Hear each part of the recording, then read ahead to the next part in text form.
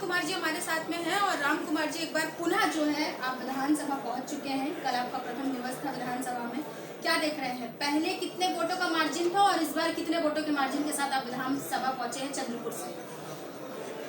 जे पहले जो पहला चुनाव में जो जीता था उससे 4 गुना से ज़्यादा मुझे क्षेत्र की जनता ने आशीर्वाद दिया। 4 गुना से जीत करके मुझे यहाँ पर विधानसभा में भेजे हैं।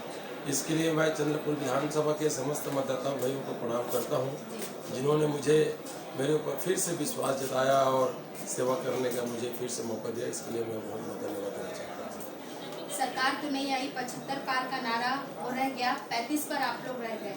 क्या कमी देख पा रहे हैं? कल भी आप लोग बैठक में चर्चा कर रहे थे, उसमें पूर्व मुख्यमंत्री भी थे, नेता प्रतिपक्ष चरणदास महंत जी भी थे।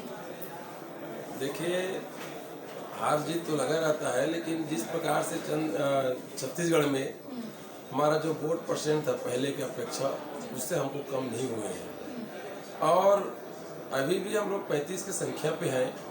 वोट प्रतिशत हमारा बना हुआ है, लेकिन कुछ क्षेत्र के लोग इनके लोक लुभावन मतलब जो बातें में आ गए और यहाँ तो ऐसा लग रहा था कि ये प्रदेश के चुनाव नहीं हो रहा है, ये दिल्ली से जितने भी केंद्रीय मंत्री, प्रधानमंत्री जी, राष्ट्रीय अध्यक्ष जो जिस प्रकार से आते थे, ऐसा लग रहा था कि यहाँ पर कोई मुख्यमंत्री के लिए चुनाव नहीं हो रहा है, प्रधानमंत्री के लिए चुनाव हो रहा है।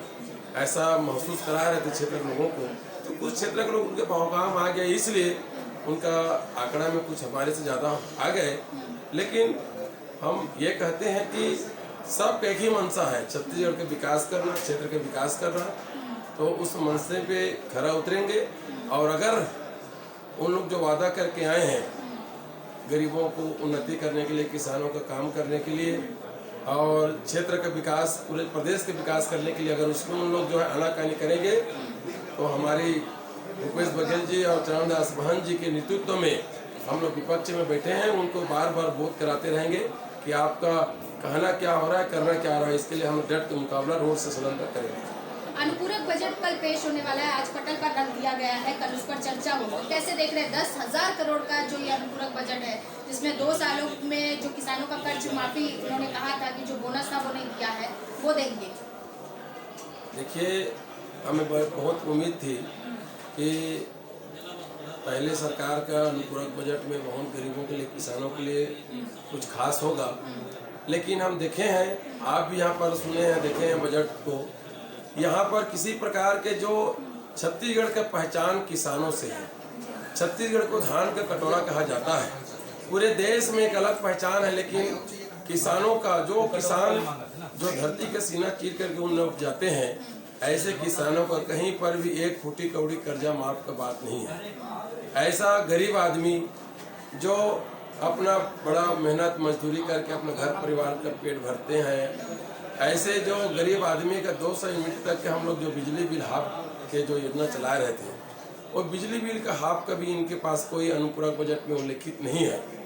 वो गरीब आदमी जिसके पास न गांव में, हमारे छत्तीसगढ़ी में कहावत है, न गांव में घर है न खार में खेत, ऐसे भूमिहीन व्यक्ति के लिए हम लोग जो है साल में उनको 7,000 रुपये देते थे, उसके लिए कहीं पर उल्लेखित नहीं है।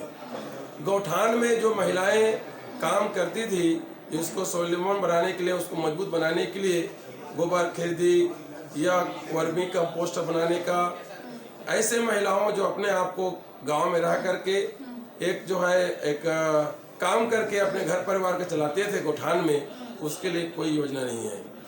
ऐसा बहुत सारा चीज है जिसको आम जनता के लिए यहाँ पर बजट में उल्लेखित करना था, लेकिन कहीं पर उसका बात नहीं है।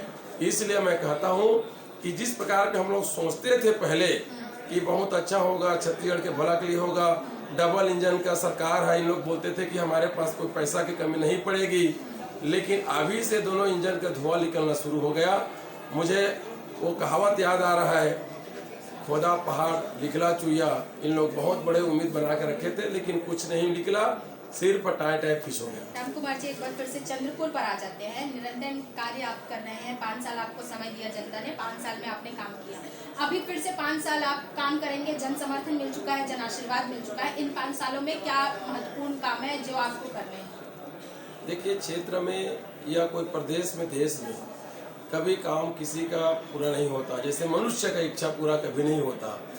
आप अमिताभ बच्चन को पूछोगे, सुपरस्टार हो गया है, देश का नंबर 1 हीरो है, उसके बाद भी उसको पूछोगे तो उसके मन में भी इच्छा रहता है। या किसी हमारे प्रधानमंत्री हैं या कोई बहुत बड़ा पद में उसको भी पूछोगे तो मन में इच्छा रहता है। उसी प्रकार का कोई भी क्षेत्र का काम है कभी पूरा नहीं होता, वो निरंतर एक काम करोगे दूसरा आता रहता है। मैं मेरे क्षेत्र की जनता को पूरा विश्वास के साथ मैं आपके चैनल के माध्यम से विश्वास दिलाता हूं कि आप जनहित का जो भी मुद्दा रहेगा हम सरकार के पक्ष को रखेंगे, सरकार के सामने में माननीय विधानसभा के अध्यक्ष के माध्यम से सरकार को अवगत कराएंगे सदन के अंदर में। क्योंकि कल भी इस बात को लिखित हुआ है कि पहले हम सबसे पहले विधायक होते हैं, बाद में मुख्यमंत्री या कोई मंत्री बनता है। हम सब पहले एक परिवार के सदस्य हैं। वहाँ पर हम लोग सबका यही इच्छा रहता है कि प्रदेश आगे बढ़े, विधानसभा में जो भी काम है जनहित का उसको मिलजुल के काम करें। जैसे हमारी सरकार थी भूपेश बघेल की सरकार, तो कभी दूजा भाव नहीं करते थे कि कौन क्षेत्र में कौन विधायक है। वो ये कहता था कि मैं प्रदेश का मुख्यमंत्री हूँ, प्रदेश का हम लोग मंत्री हैं, प्रदेश ने हमको जवाबदारी दिया है, इस उद्देश्य से लेकर के काम करते थे। मुझे विश्वास है विपक्ष के हमारे साथियों के ऊपर, मुख्यमंत्री और जितने मंत्री बनेंगे उनके ऊपर कि इसी भावना के अनुरूप काम करेंगे। मुझे ऐसा नहीं लगता कि लोग कपट भाव से काम करेंगे। वो तो प्रदेश के मुख्यमंत्री हैं, ये थोड़ी है कि उन लोग जो है 50 सीट के मुख्यमंत्री हैं कि 56 सीट के मुख्यमंत्री थोड़ी बोलेंगे। वो तो प्रदेश के मुख्यमंत्री हैं, इससे बड़ा भाव से काम करेंगे। ये थे राम कुमार यादव जी जो बता रहे हैं कि अभी सिर्फ प्रदेश के लिए हम काम करेंगे, अपने विधानसभा के लिए काम करेंगे। देखना ये होगा कि सरकार छत्तीसगढ़ में बदल चुकी है, 35 की भूमिका में इस समय कांग्रेस है, कितने अपने जो पक्ष को किस प्रकार वो सहयोग कर पाती है और कैसे जो है जनता के मुद्दे सदन तक पहुंचाती है। निशा द्विवेदी, हिंदी खबर, छत्तीसगढ़ रायपुर।